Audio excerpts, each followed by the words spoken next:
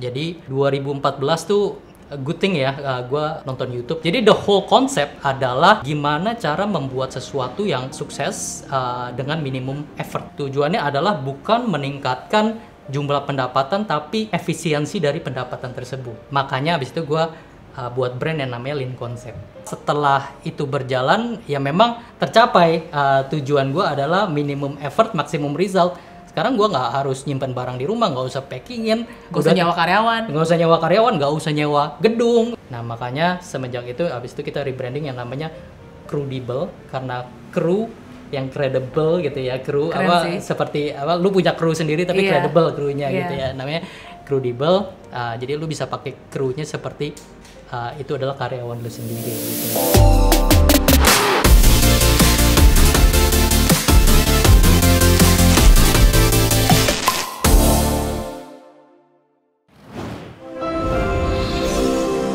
Video ini dipersembahkan oleh 101red.com. Jualan online tanpa ribet. Halo semuanya, kembali lagi jumpa dengan Christina. Nah, seperti judul video ini, di hari ini gue mau bongkar rahasia para pemain online shop tuh yang bisa punya gudang di mana-mana. Gudang di Jakarta, gudang di Surabaya, di Kalimantan, di Makassar. Kok bisa sih punya gudang segitu banyak? Kan enak kan kalau punya gudang gitu banyak tuh, kalau ngirim ke customer itu lebih cepet, iya nggak sih? Nah, jadi kali ini gue ngundang Dana Galindra. Dana Galindra ini adalah founder dan CEO dari Crewdable.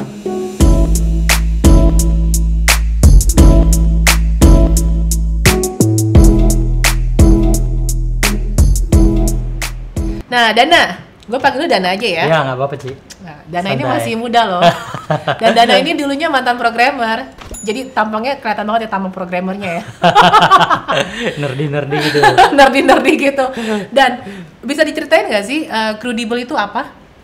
Jadi mungkin Crewdable itu singkatnya itu gudang online. Ya sebenarnya kita itu pelopor yang namanya menciptakan keyword gudang online itu. Jadi pada saat kita membuat bisnis ini, orang nggak tahu bisnis kita tuh apa sih. Jadi kita mikir-mikir apa yang orang kayaknya gampang tahu bisnis kita itu menjelaskan tentang apa gitu. Jadi ada namanya toko online. Nah kita kan menyimpan barang-barangnya e-commerce. Ya, jadi yang ini pergudangan, jadi artinya ada gudang online. Tapi kalau bahasa di luar atau di di US sudah banyak itu fulfillment center, service fulfillment. Nah, tapi kalau di sini orang dibilang fulfillment nggak ngerti.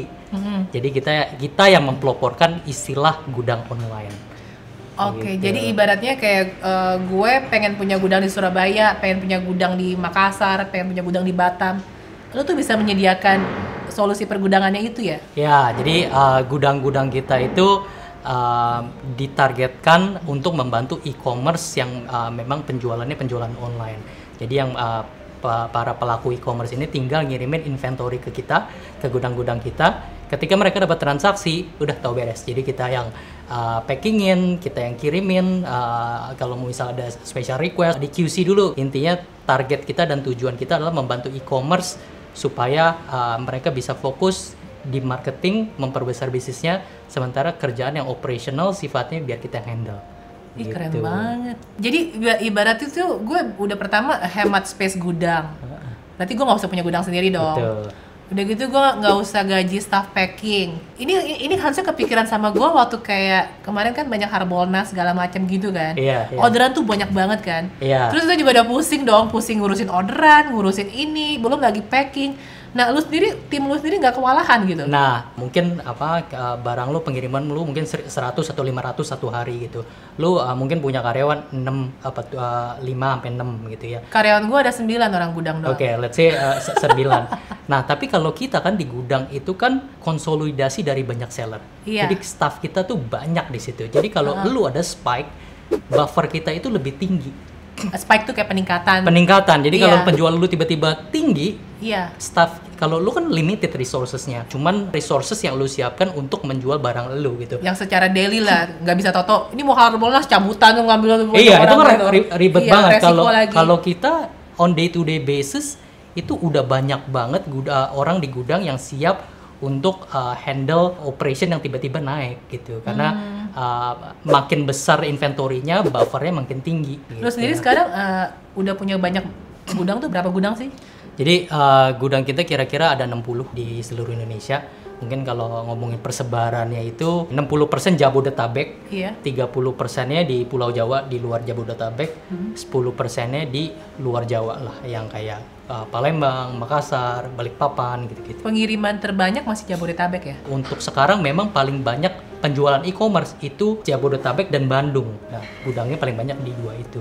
Nah, sebelum kita lanjut ngomong Crudable gini ya, latar belakang lu bisa kepikiran gitu loh. Ini kan kayak model zaman sekarang tuh semuanya segala kayak crowd marketing lah, atau crowd sourcing lah. Kayak gue punya gudang nih kosong kadang-kadang, atau punya tempat kosong. Gue juga bisa, mau dong gue jadi affiliate partner gudang. Jadi partner gudang lo itu juga bisa ya? Bisa. Jadi dari dua bisnis model. Jadi sisi bisnis model yang seller itu kita membantu mereka untuk ngurusin operational mereka, inventory mereka. Nah, dari sisi gudangnya, kenapa bisa dalam 1 tahun bisa 60 gudang yang kita punya? Karena partner dengan mitra-mitra gudang. Jadi kita itu nggak membuat gudang sendiri, nggak menyewa gudang sendiri, nggak setup gudang sendiri. Kita partner dengan infrastruktur yang udah ada. Jadi udah ada gudang di situ. Kita training orangnya gimana supaya mereka bisa nge-handle stok-stok barang e-commerce. Nah, jadi lu punya misalnya tempat kosong dan lu mau jadiin gudang, bisa apply ke kita, kemudian nanti kita training, kita deploy infrastrukturnya, softwarenya, terus lu ready to go, kita training, probation, setelah selesai, lu baru kita kasih traffic, dapat barang-barang untuk disimpan, kemudian mulai operational, packing, picking, kirimin gitu-gitu. Berarti staff-staffnya juga mesti gue yang hire kalau gue yang jadi partner gudang lo? Betul. Jadi kita di sini posisinya sebagai trainer.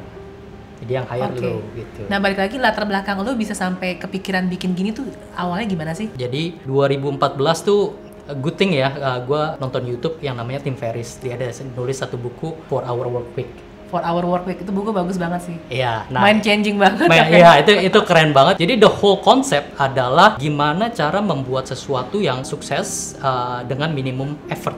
Jadi gitu. Usahanya dikit tapi dampaknya gede. Iya, gitu. jadi misalnya lu gaji lu 100 juta per bulan. Iya. Gua cuman 20 juta sebulan gitu ya. Tapi lu itu kerja 80 jam satu minggu. Iya. Gua kerja cuma 2 jam satu minggu. Kayaan gua daripada lu gitu loh. Sisa bener. waktu gua bisa buat side project lagi, bisa buat ini, buat itu. Jadi tujuannya adalah bukan meningkatkan jumlah pendapatan tapi efisiensi dari pendapatan tersebut. Awal mulanya karena baca buku itu. Karena gue penasaran bener nggak sih, bisa nggak sih gimana caranya membuat bisnis yang bisa seolah-olah seperti autopilot gitu ya, cuman seminggu 2 jam aja kerja terus jalan sendiri gitu. Penasaran dong. Oke, gue mau buat yang untuk membuktikan bahwa premis ini bener loh, bisa dijalankan loh. Makanya abis itu gue buat brand yang namanya Lean Concept.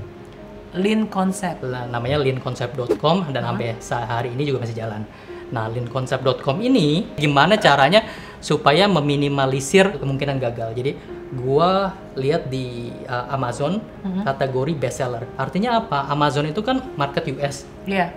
Kalau udah di bestseller artinya produk-produk yang ada di situ sudah tervalidasi dan laku. Jadi in teori kalau misalnya lu ambil produk itu lu bawa ke Indonesia harusnya laku juga. Iya. Karena di sana udah tervalidasi, orang laku di sini harusnya laku juga. Iya. Asal bukan yang benar-benar culture-nya beda. Kalau di sana ada salju, makanya snowboard laku di sini nggak bakal laku, nggak ada snow gitu. Iya. Jadi konsepnya awalnya adalah ngelihat yang best seller, terus pilih yang mana gue suka karena gue suka orangnya suka sport, gue pilih yang kategori sports. Oke, ada tas running, terus ada botol buat lari. Dengan produk yang sama, gue cari supplier di Cina. Cari supplier di Cina, udah ketemu, tinggal bikin logonya di sini. Bikin logonya pun itu gue outsource juga. Jadi tahu yang namanya 1000.com nggak? Tahu. Ya, itu buat logo yang dikontesin. Gue bikin 1000.com, dikontes logonya, udah jadi gue lempar ke supplier di Cina, tinggal tempel logonya, impor ke sini.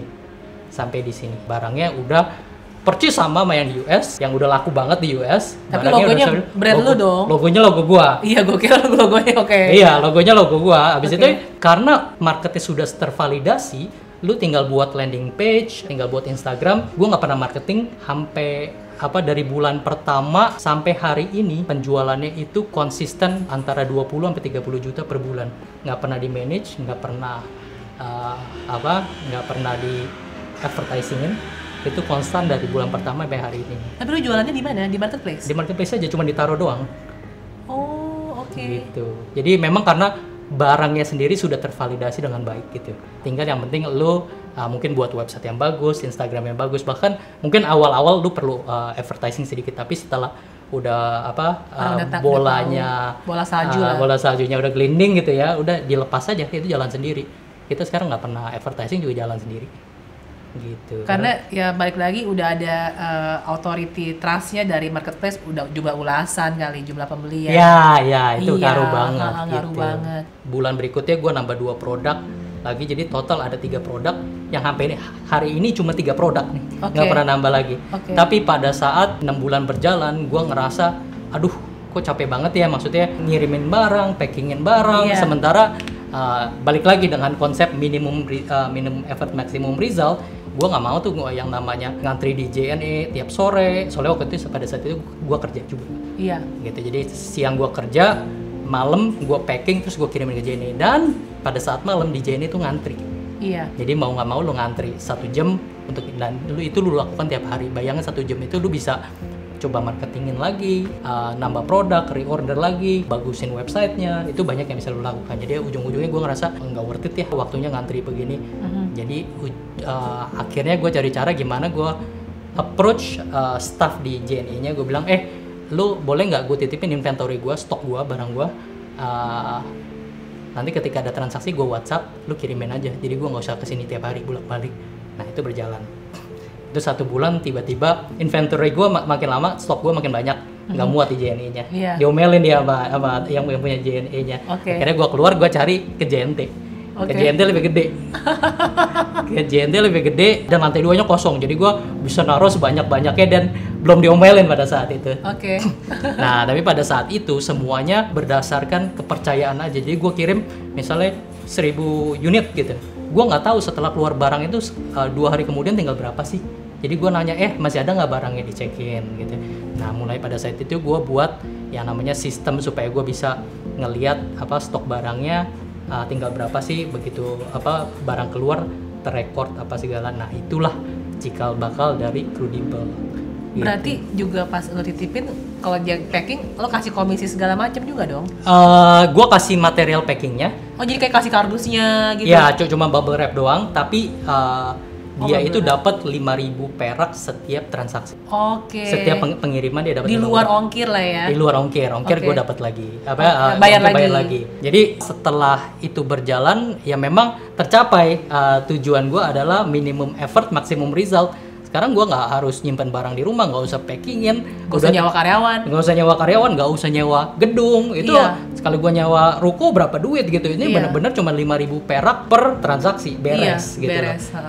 Jadi itu yang menjadi cikal bakal. Nah mungkin story gimana Crudable ini lahir. Jadi pada saat itu berjalan, gue cerita tentang solusi gue apa. Tiba-tiba pada bilang, kok keren ya solusinya. Gue juga mau ikutan dong begitu caranya. Ya udah, abis itu, oh ya dong mau ikutan. Akhirnya kepikiran lah gimana kalau misalnya gudang ini dipakai untuk beberapa seller lain gitu. Dalam arti bukan gudang ya, maksudnya orang ini yang mau nyimpenin barang-barang e-commerce untuk seller-seller lain. Jadi lu masih pakai yang si JNT ini nih? Iya, semenjak itu gue ngerasa kok makin banyak yang minat untuk mau pakai solusi ini. Sampai gue realize bahwa marketnya jauh lebih besar dari apa yang Lean Concept punya marketnya.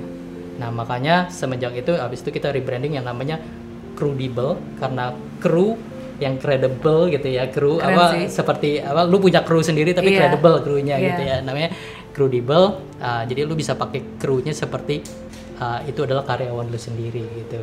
Tujuannya seperti itu.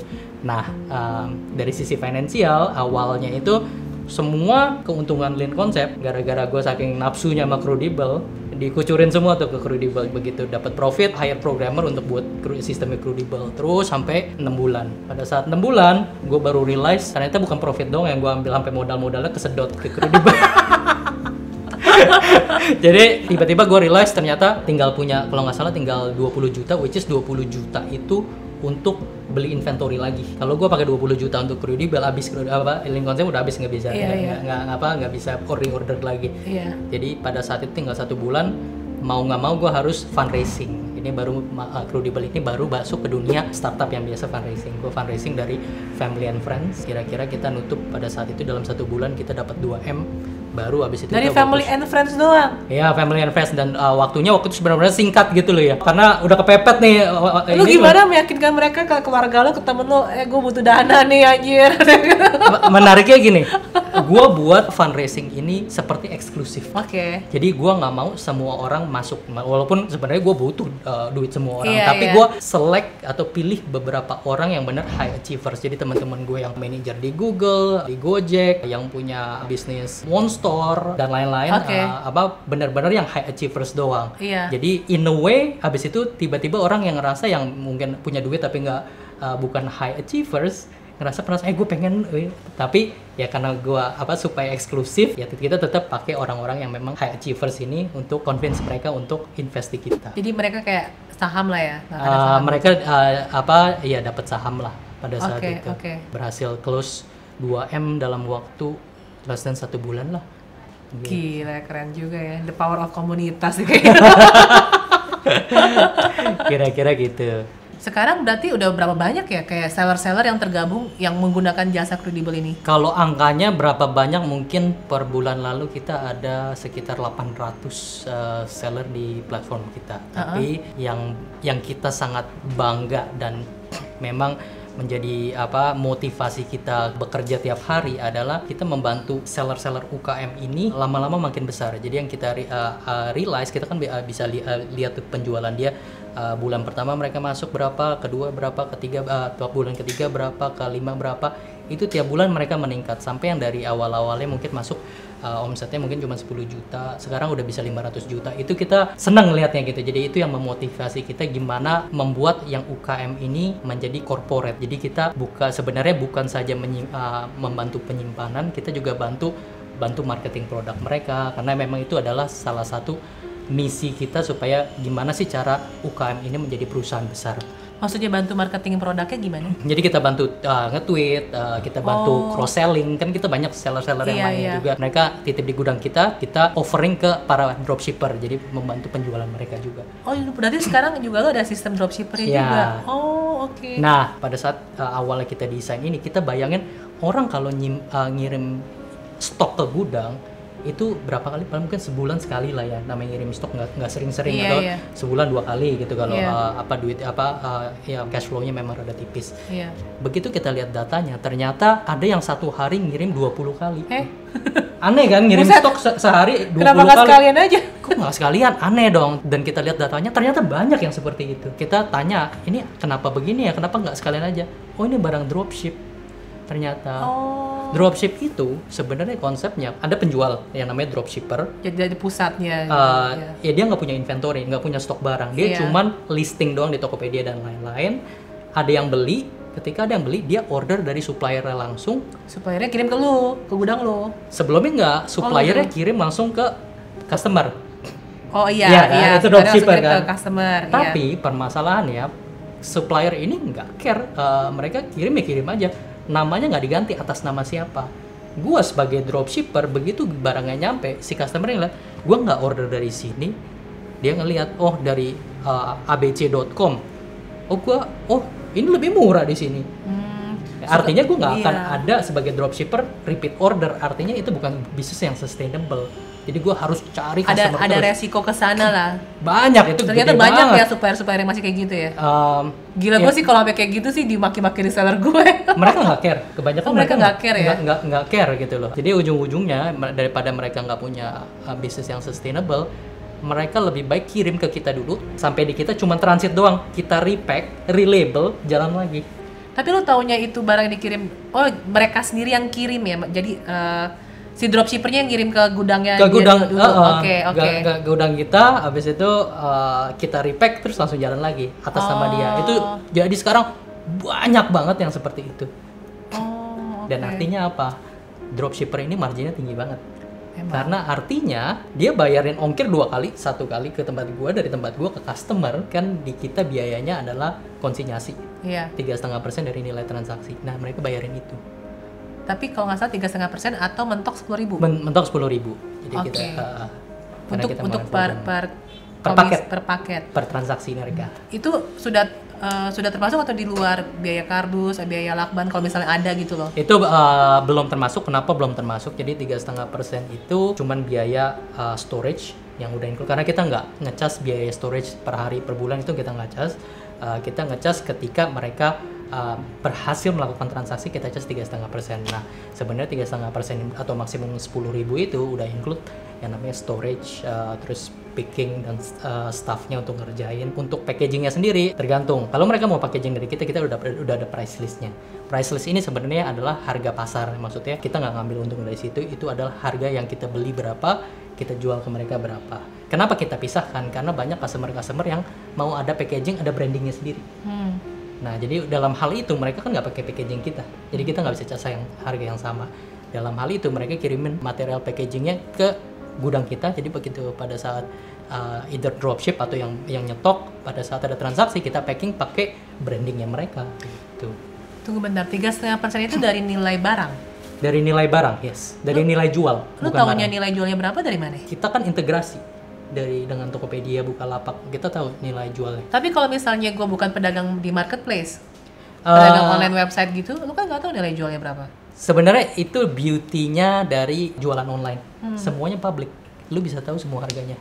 Dan kita memang ada, in a way, ada tim audit yang verifikasi, oh yang ini kayaknya harganya udah nggak make sense. Kita ada yang sistem yang namanya kita verifikasi. Dalam verifikasi itu, seller harus cross-check harganya dengan yang di sistem kita dengan yang dia jual, bener nggak harganya. Itu kalau yang belum terintegrasi. Cumanya berarti seller itu banyak juga yang ngedrop lu tuh bener-bener dalam bentuk barangnya langsung, belum diapa-apain gitu. Oh iya. Jadi lu bisa ngelihat fisiknya gitu ya. Iya, justru itu awal-awal kita expect seller itu udah sampai gudang kirimin ke gudang udah rapi. Oh iya ya, karena kan mereka naruh stoknya di lu ya. Aduh, gua kok dodol ya. Mereka kan naruh stoknya di lu udah dalam bentuknya ya, barangnya ya yang masih belum di packing kan. Iya, belum di packing. Iya. Gua soalnya kebalik-balik sama tadi kan ada ngomong yang dropship lagi itu kan. Oh, oke. Ini yang nyetok sistemnya. Iya, ini yang sistem nyetok. Oke, ngerti. Jadi kebanyakan malah karena mereka nggak mau repot, mereka langsung kirim dari supplier, dari manufacturer-nya ke gudang kita. Udah mereka sama sekali nggak pegang barang gitu. Tapi memang sih beneran loh, itu penghematan biayanya gila-gilaan juga ya. Nyawa gudang kan nggak murah kan, kayak nyawa ruko daerah pinggiran Jakarta aja itu udah 60 jutaan. Iya, 60. Udah paling minimum udah 60 udah juta. Paling minimum 60 juta. Terus belum lagi hire karyawan. Kalau UMR aja udah, kalau untuk mungkin gudang masih 2,5-an kali ya. Gudang, staff gudang segala macam, belum biaya lakban, biaya segala macam. Dan ini lu cuma ngecas per transaksi. Jadi tuh bener-bener orang tuh nggak usah pusing kayak kalau gue lagi nggak ada orderan tapi gaji jalan terus kan. Iya, makanya. Sewa gudang ya kan nggak mungkin dong bisa ngomong ke yang punya rukonya, gue nggak bayar gudang dulu ya, nggak bayar sewa. Jadi memang itu berkaitan sama visi kita, gimana cara UKM menjadi perusahaan besar. Ada banyak tahap dari kalau lu jadi dari UKM mau jadi perusahaan besar, itu banyak keputusan besar yang lu harus ambil. Contohnya tiba-tiba oh gua harus sewa gedung, itu kan keputusan besar, sewa ruko gitu. Nah kalau nggak ada keputusan besar tapi semuanya bisa secara konsisten naik terus tanpa ada lu harus pengeluaran besar di depan apa segala, itu kan membantu mereka dengan stabil menjadi perusahaan besar. Itulah visi kita gitu. Jadi mereka nggak usah harus sewa gedung, sewa bayarin orang. Kalau mereka di kita ya udah ngikutin aja penjualan lu berapa. Kita charge 3,5% dari nilai transaksi atau maksimum 10.000. Terus juga kan tadi lu bilang waktu awal-awal lu bikin yang lean konsep itu, lu sampai bikin aplikasi kayak pencatatan penjualan, terus sampai nanya stok. Berarti si Crudable ini juga sekarang kalau gue misalnya naruh stok di lu, stok opnamin dong. Itu ada fitur kayak gitu? Ada, jadi pasti banyak yang itu. Tapi kita batasi. Mungkin 2 bulan sekali lu bisa minta kita stok opnam karena seller di gudang, dan itu sekaligus satu gudang ya, karena seller di gudang kita itu satu gudang bisa ratusan seller. Kalau setiap hari orang minta stok opnam, orang gudangnya mabuk gitu. Jadi kita tetap ada, tapi secara pencatatan itu real time. Jadi begitu barang keluar, lu bisa ngelihat oh dari 5 tinggal 4. Oke, kalau ada barang hilang gimana? Jadi ada 2 kasus kalau misalnya resiko keamanan barang ya. Ada yang barang rusak, barang hilang dan lain-lain. Atau barang salah kirim misalnya, simpelnya. Jadi kalau yang sifatnya secara keseluruhan untuk sisi sellernya itu kita ganti 80% dari nilai transaksi. Oke. Kenapa 80%? Karena kita ngambilnya dari nilai transaksi, nilai jual. Kita asumsi marginnya adalah 20%. Gitu. Kita nggak tahu modalnya berapa, tapi itu asumsi aja. Gitu. Jadi across the board kita ganti 80% dari nilai jual. Nah, di belakangnya kita ada asuransi dan beberapa hal lainnya untuk prevent ada yang salah kirim, ada yang hilang karena keteledoran atau karena fraud, itu ada. Mau dijelasin mungkin kalau gimana di belakangnya? Boleh. Oke. Gue malah pikir kalau kebanjiran gimana? Jadi semua yang force major kita asuransi. Oke. Jadi ya force major itu yang ya maksudnya yang force major lah ya, yang bencana alam lah. Itu sudah yang sudah diasuransikan. Itu dari sisi gudang, misalnya lu gudang gua, itu asuransi dari kita partner dengan Sinarmas. Sinarmas yang cover asuransinya ke gudang lu. Itu kalau yang force major dan lain-lain. Kalau yang sifatnya kelalaian, lu sebagai gudang lu harus bertanggung jawab. Kalau misalnya barang hilang, barang rusak, salah kirim, itu nilai barangnya 80% dari itu harus lu ganti. Ngomong-ngomong, Crudibel tuh udah berapa lama sih? Launching pertama aplikasinya 2017 awal, PT-nya berdiri 2017 akhir. Tapi inisiatifnya yang tadi gue cerita nitipin ke orang, the whole konsepnya itu sebenarnya dari 2016 pertengahan. Sampai sekarang artinya 2,5 tahun lah. Nah, berarti juga kayak mungkin kenapa UKM yang skalanya tadi kecil lalu jadi gede, apakah menurut lu karena pengiriman barangnya jadi lebih cepet kah, makanya yang customer jadi lebih banyak yang tertarik beli barangnya? Misalnya sama aja kayak misalnya gue lagi belanja di marketplace nih, gue pasti nyari yang wilayah Jakarta karena gue tinggal di Jakarta kan. Atau kalau perlu gue cari yang Tangerang biar kalau same day tuh Gojeknya lebih cepet atau segala macam kayak gitu. Apa kayak gitu? Banyak yang kayak gitu. Jadi memang itu salah satu benefit yang mereka dapatkan, terutama seller-seller yang di luar kota besar. Jadi banyak banget seller kita, let's say yang dari Makassar itu banyak banget satu komunitas pakai kita semua. Kenapa? Karena kalau mereka jualan barang di Makassar, sementara kebanyakan yang pembeli dari Jakarta, kalau ada barang yang sama, orang Jakarta mana mungkin mau order ke Makassar? Iya kan? Dia pasti order yang di Jakarta dulu. Otomatis mereka udah hilang kesempatan atau hilang leverage. Jadi ujung-ujungnya mereka lebih mau mendekatkan barang atau inventorinya ke customer, which is mereka pakai gudang-gudang kita yang di Jakarta. Ada kasus berbeda untuk tipe barang yang lain. Jadi kalau terutama barang-barang yang bulky, volume besar, atau ada aerosol atau ada mengandung air, liquid. Nah, lu kalau ada customer, misalnya lu Jakarta lah, ada pembelian dari di Surabaya, lu nggak bisa itu pakai JNE, ada serius? liquid, ada padahal kan nggak nyebrang pulau. Ada aerosol, lu pakai pesawat tetap. Jadi itu kalau ini kan lu ini. Gue baru tahu lu. Iya, nggak boleh, lu ditolak kalau ketahuan. Oke. Jadi ujung-ujungnya mereka harus punya stok di setiap kota yang kayak gituan. Yang besar itu kena volume. Kita ngomongin bangku lipat lah yang cuma segini. Itu udah kena volume nggak berat tapi kena volumenya udah kayak 3-5 kilo. Which is sudah 80.000 ongkirnya sendiri. Ya mendingan lu stok banyakan di Surabaya, begitu ada transaksi lu kirim Gojek dari antar Surabaya sendiri. Iya. Customer juga mana mau sih harga bangkunya 100.000 ongkirnya 80.000. Iya. Gitu kan. Jadi itu benefit yang mereka dapatkan. Tapi terlebih dari itu, sebenarnya kenapa kita ngelihat pertumbuhan yang konsisten di seller-seller kita, karena sadar nggak sadar mereka lebih banyak free time. Jadi mereka nggak ngurusin lagi inventory, apalagi yang masih packing sendiri, mereka nggak packing sendiri. Yang udah punya tim, mereka nggak manage timnya, staff gudang keluar masuk, ada yang nyolong segala, itu mereka nggak handle lagi.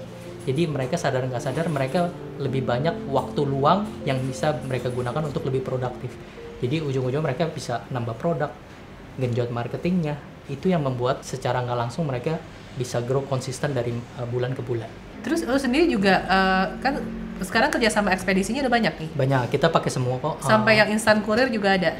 Instan same day semua sama. Iya ada. Ada ya, Grab, Gojek segala macam kayak gitu-gitu. Iya. Jadi kita nggak ada kurir sendiri, kita semua partner karena kita nggak ada rencana compete di dunia pengiriman langsungnya lah. Kita lebih distribusinya ya, which is kita partner sama mitra-mitra yang pengiriman ini. Nah terus buat kalau misalnya katakan orang yang mau nyetok di Crudibel gitu ya, barang-barangnya ada kriteria khusus nggak sih?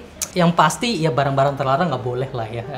Kita juga nggak mau nanggung resiko itu gitu. Jadi itu pasti nggak boleh. Tapi selain dari itu, justru itu adalah leverage dari Crudibel. Misalnya andaikan lu punya satu gudang yang dalamnya banyak seller. Kalau lu masuk barang, let's say chemical cat lah ya.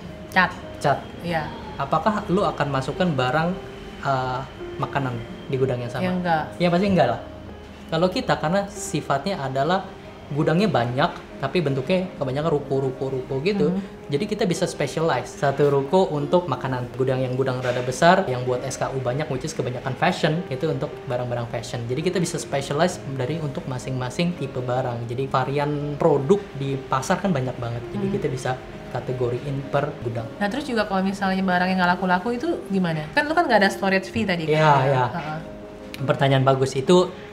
Awal-awal kita nggak ada masalah, jadi awal-awal lancar 2 bulan pertama, 3 bulan, sampai di bulan ke-6 kita mulai ada dapat komplain, si gudang komplain, ini barang banyak yang mati. Oh, dari partner gudang dari lo partner nih. gudang, Ya. banyak yang mati, kita nggak dapat apa-apa, sementara tempat gua udah full loh. Gua mau buat tempat gua lebih produktif.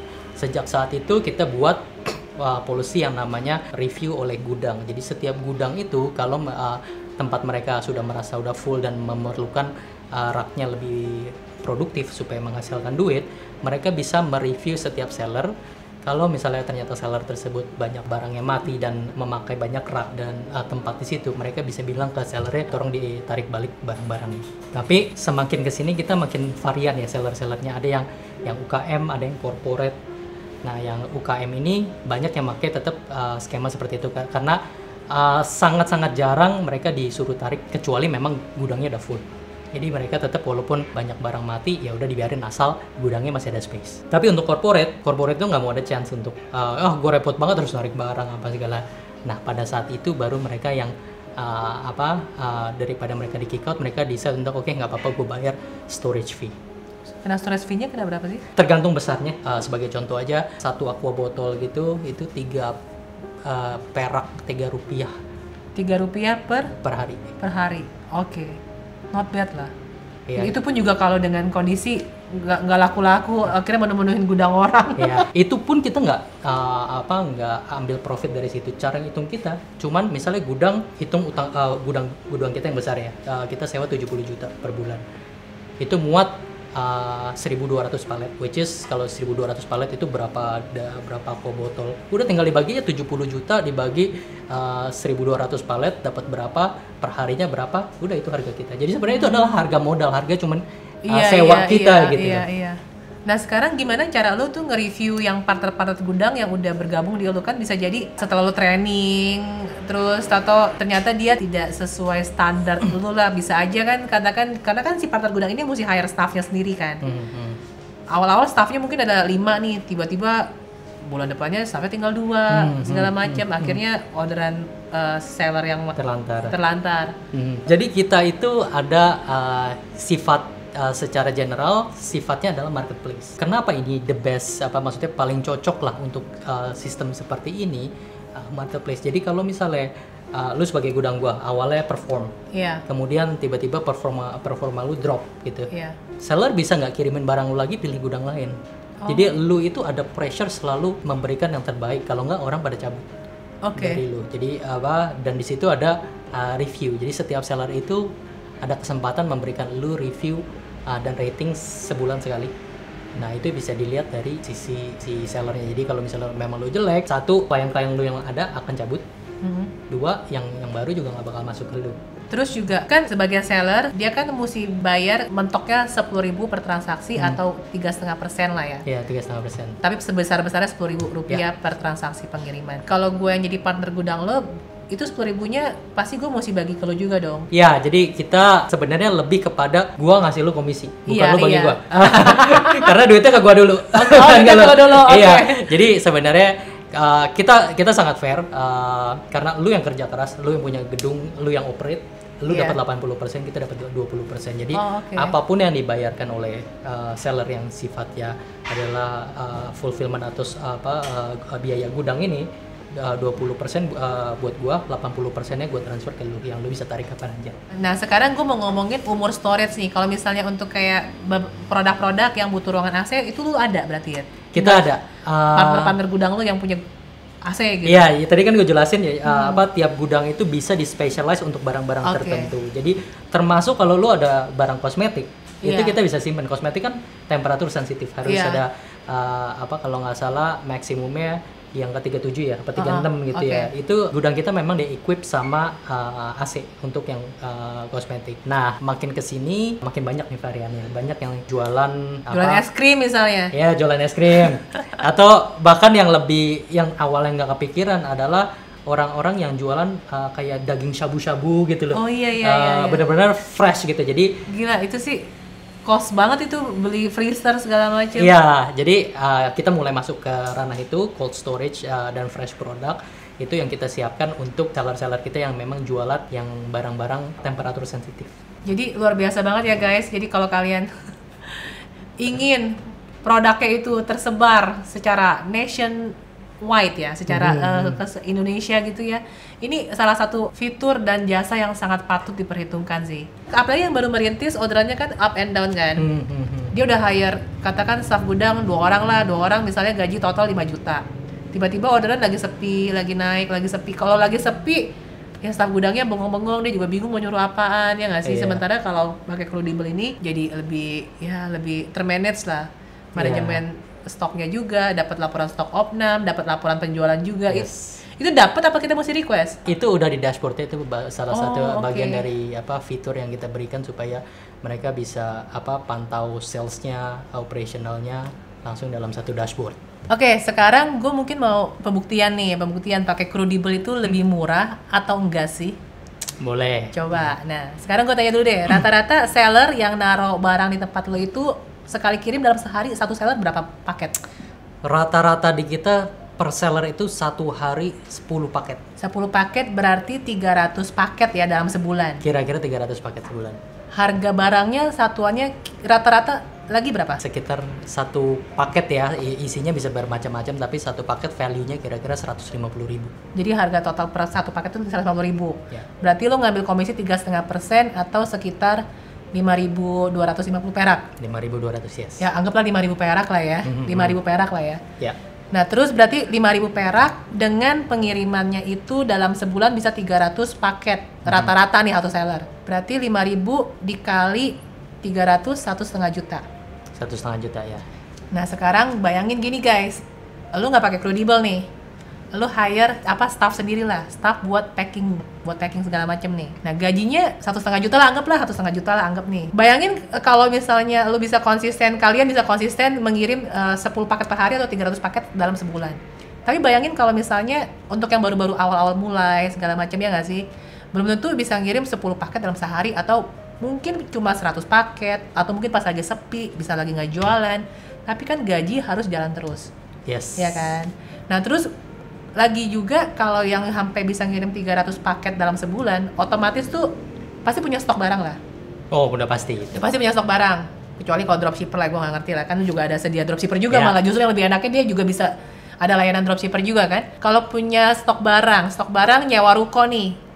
Nggak mungkin juga dong rumah lo, kalau lo udah bisa kirim 300 paket dalam sebulan tuh kayaknya rumah lo jadiin gudang semua juga. Ya anggaplah lo nyewa gudang, katakan lo dapat ruko harga 60 juta setahun. 60 juta setahun itu buat ruko 4 lantai. Mungkin lu cuma pakai nyawa satu lantai doang, kali aja ada yang mau nyawa ini selantai doang. Selantai berarti 60 juta dibagi 4 lantai, satunya 15 juta. 15 juta dibagi 12 bulan, 1,5 jutaan juga kan? Ya. Jadi sama aja kalau lo nggak pakai Crudable, lo gaji karyawan, staf gudang, cuma 1 orang lagi. Kalau lo sakit, lo yang packing. Iya. 1,5 banyak juta. itu.